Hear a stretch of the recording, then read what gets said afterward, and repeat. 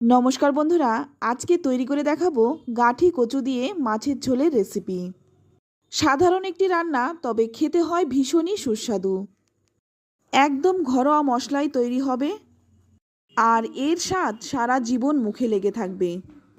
তো রান্নাটা করার জন্য প্রথমে এখানে আমি কাতলা মাছ নিয়েছি, আর মাছগুলোকে আগে আমি ভালো করে পরিষ্কার করে ধুয়ে নিয়েছি। এবার মাছগুলো আমি লবণ আর হলুদ দিয়ে ভালো করে মাছের গায়ে মেখে নেব। নুন হলুদ যাতে মাছের গায়ে খুব ভালো করে লেগে যায়, তাই খুব ভালো করে মাছের গায়ে নুন হলুদ মেখে নিলাম। এবার এদিকে দেখুন, আমি গাঠি কচু সেগুলো আমি কেটে নিয়েছি। আর কচুটা কিন্তু একটু লম্বা লম্বা করে কেটেছি। যেহেতু মাছের পিসগুলো একটু বড়, তাই কচুগুলোও কিন্তু আমি বড় বড় করেই কেটেছি। আর কেটে ভালো করে ধুয়ে নিয়েছি। এবার রান্নাটা করার জন্য কড়াই গরম করে নিয়ে এর মধ্যে দিয়ে দিলাম 1 চামচ গোটা জিরে। জিরেটা একটু শুকনো খোলায় ভালো করে ভেজে নেব। তবে ভাজার সময় কিন্তু গ্যাসের আঁচটা একদম কমিয়ে তবে জিরেগুলো ভাজতে হবে। তো জিরেগুলো ভেজে তুলে নিলাম।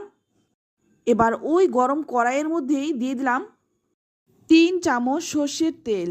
আর রান্নাটা কিন্তু সর্ষের তেলে করলেই বেশি ভালো হয়। তেলটা কিন্তু খুব ভালো করে গরম করে কড়াইয়ের চারদিক দিয়ে লাগিয়ে নিতে হবে। এতে করে কিন্তু কড়াইয়ের মধ্যে মাছ লেগে যাবে না। তো এক এক করে মাছের পিসগুলো ভেজে নেব। একদিক ভাজা হয়ে গেলেই তারপর কিন্তু উল্টে দেব। উল্টে পাল্টে মাছগুলো ভেজে নেব। মাছের ঝোলে কিন্তু অনেকেই পেঁয়াজ রসুন খান, আবার অনেকেই কিন্তু মাছের ঝোলে পেঁয়াজ পছন্দ করেন না। তাই আজ আমি পেঁয়াজ রসুন ছাড়াই একদম হালকা পাতলা মাছের ঝোলটা করেছি। তবে যারা পেঁয়াজ ছাড়া মাছের ঝোল পছন্দ করেন তাদের কিন্তু ভীষণ ভালো লাগবে। আর যারা পছন্দ করেন না তাদের একবার রিকোয়েস্ট করব এইভাবে বানানোর জন্য। তো সমস্ত মাছগুলো ভেজে তুলে নিলাম।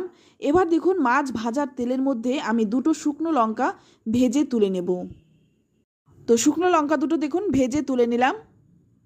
এবার ওই তেলের মধ্যেই দিয়ে দিচ্ছি 3টে চেরা কাঁচা লঙ্কা, আর সঙ্গে দিয়ে দিচ্ছি সামান্য একটু লবণ। কাঁচা লঙ্কা তেলের মধ্যে দিলে কিন্তু ঝাঁঝালো একটা ফ্লেভার আসে, আর সেই ফ্লেভারে কিন্তু খুব কাশি হয়। লবণটা দেওয়ার কারণে কিন্তু সেটা হবে না। এবার দিয়ে দিলাম কেটে রাখা কচুগুলো। প্রথমেই আমি কচুগুলো ভালো করে ভেজে নেব। তবে 1 চামচ হলুদ গুঁড়ো আর পরিমাণ মতো লবণ দিয়ে কচুগুলো ভাজবো। 3-4 মিনিট সময় নিয়ে কচুগুলোকে ভাজতে হবে। তবে এখানে আমি কচুগুলো কিন্তু একটা ঢাকনা দিয়ে ঢেকে ঢেকে ভেজে নেব। এতে করে কিন্তু কচুটা তাড়াতাড়ি নরম হয়ে যাবে। তো এইদিকে দেখুন, কচুগুলো কিন্তু আমি ঢাকা দিয়ে দিয়ে ভেজে নিলাম। এবার এর মধ্যে দিয়ে দিচ্ছি 1 চামচ ধনে গুঁড়ো। তবে এখানে কিন্তু আপনারা ধনেটা ভেজে বেটে দিতে পারেন। তবে কিন্তু ধনে বাটাটা কিন্তু খুব পরিশ্রমের কাজ, তাই এই মাছের ঝোলে কিন্তু গুঁড়োটাই ব্যবহার করতে পারেন। এবার একটু একটু করে জল দিয়ে আবারও কিন্তু কিছুক্ষণ ভেজে নেব।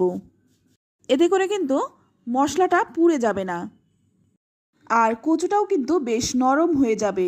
আবারও কিন্তু একটা ঢাকা দিয়ে 2 মিনিট রেখে দেব।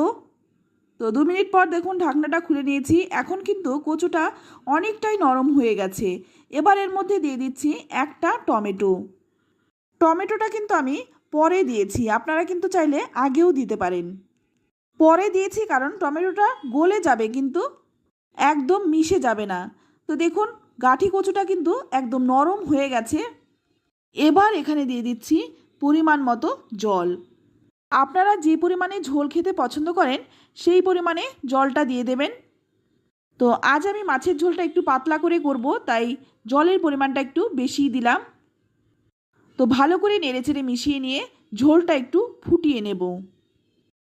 5-6 মিনিট সময় নিয়ে ঝোলটাকে ফুটিয়ে নিয়েছি। তো দেখুন, ঝোলটা কিন্তু খুব ভালো করে জাল করে নিয়েছি। এবার এর মধ্যে দিয়ে দিলাম ভেজে রাখা মাছগুলো। তো সম্পূর্ণ মাছগুলো দিয়ে এবার হালকা করে মিশিয়ে নেব, যাতে করে প্রত্যেকটা মাছ ঝোলের মধ্যে ডুবে থাকে। এতে করে কিন্তু মাছের মধ্যে নুন ঝালটা খুব ভালো করে ঢুকে যাবে। এবার মাছটা দিয়েও কিন্তু 2 মিনিট ফুটিয়ে নেব। তো মাছটা দিয়ে 2 মিনিট ফুটিয়ে নিয়ে এবার নামিয়ে নিচ্ছি। তো এটা নামিয়ে রেখে দিয়ে পাশেই দেখুন আমি শিলে যেই গোটা জিরেটা ভেজে রেখেছিলাম সেই জিরেটা নিয়ে নিলাম, আর নিয়ে নিলাম আগেই যে ভেজে রেখেছিলাম শুকনো লঙ্কাটা, সেই লঙ্কাটা নিয়ে নিলাম। শুকনো লঙ্কা আর জিরেটা একটু জল দিয়ে বেটে নেব। তো এখানে আমার অল্প মশলা বলে আমি শিলেই বেটে নিলাম, আপনারা চাইলে কিন্তু মিক্সিতেও বেটে নিতে পারেন। শিলে বাটার মশলার স্বাদটাই কিন্তু আলাদা। তো দেখুন মশলাটা বাটা হয়ে গেছে, এবার তুলে নিচ্ছি। তবে ঝালটা কিন্তু অবশ্যই নিজেদের স্বাদ অনুযায়ী দেবেন, যে যেমন ঝাল খেতে পছন্দ করেন। তো মশলা বেটে তুলে নিলাম। এবার ওই কড়াইটাই গরম করে নিয়ে এর মধ্যে দিয়ে দিলাম 2 চামচ সর্ষের তেল। তেলটা গরম হয়ে গেলে ফোড়নে দিয়ে দিচ্ছি গোটা জিরে আর সামান্য একটু রাঁধুনি মিশিয়ে দিয়েছি। আপনারা চাইলে কিন্তু শুধুমাত্র গোটা জিরেটা দিতে পারেন। তারপর একটা তেজপাতা দিয়ে ভালো করে ভেজে নিয়ে তৈরি করে রাখা মাছের ঝোলটা দিয়ে দিলাম। এবার ভালো করে মিশিয়ে নেব। আমি এখানে কিন্তু রাঁধুনি আর গোটা জিরে ফোড়নে দিয়েছি। যাদের রাঁধুনি গন্ধটা ভালো লাগে না তারা কিন্তু রাঁধুনিটা না দিয়ে শুধুমাত্র গোটা জিরেটাও ফোড়নে দিতে পারেন। এইভাবে মাছের ঝোল রান্না করলে খেতে কিন্তু অসম্ভব ভালো লাগে। তো ঝোলটা ভালো করে ফুটিয়ে নিয়ে এবার আমি বেটে রাখা যেই মশলাটা সেটা দিয়ে দিচ্ছি। তো এখান থেকে একটু মাছের ঝোল তুলে নিয়ে বাটিটা ধুয়ে দিয়ে দিচ্ছি। এক্সট্রা করে কিন্তু আমি জল দিয়ে বাটিটা ধুয়ে দিইনি, এই মাছের ঝোল দিয়েই কিন্তু বাটিটা ধুয়ে দিলাম। এবার মশলাটা কিন্তু খুব ভালো করে মিশিয়ে নেব। আর এইভাবে এই বাটা মশলা দিয়ে রান্না করলে এর স্বাদ কিন্তু ভীষণ ভালো হয়। তো বন্ধুরা, আমার মুখের কথায় নয়, আপনারা একবার রান্নাটা করে দেখুন, খেয়ে তারপর আমার নয় কমেন্টে জানাবেন। আশা করছি আপনাদের কিন্তু ভীষণ ভালো লাগবে। তো মশলাটা দিয়ে 2-3 মিনিট ফুটিয়ে নিয়ে এবার আমি ওপর থেকে একটু ধনেপাতা দিয়ে দিচ্ছি।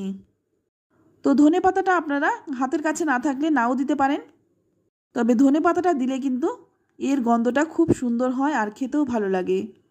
ধনেপাতাটা দিয়ে ভালো করে একটু মিশিয়ে তারপর গ্যাসের আঁচটা একদম কমিয়ে দিয়ে 5 মিনিট রেখে দেব।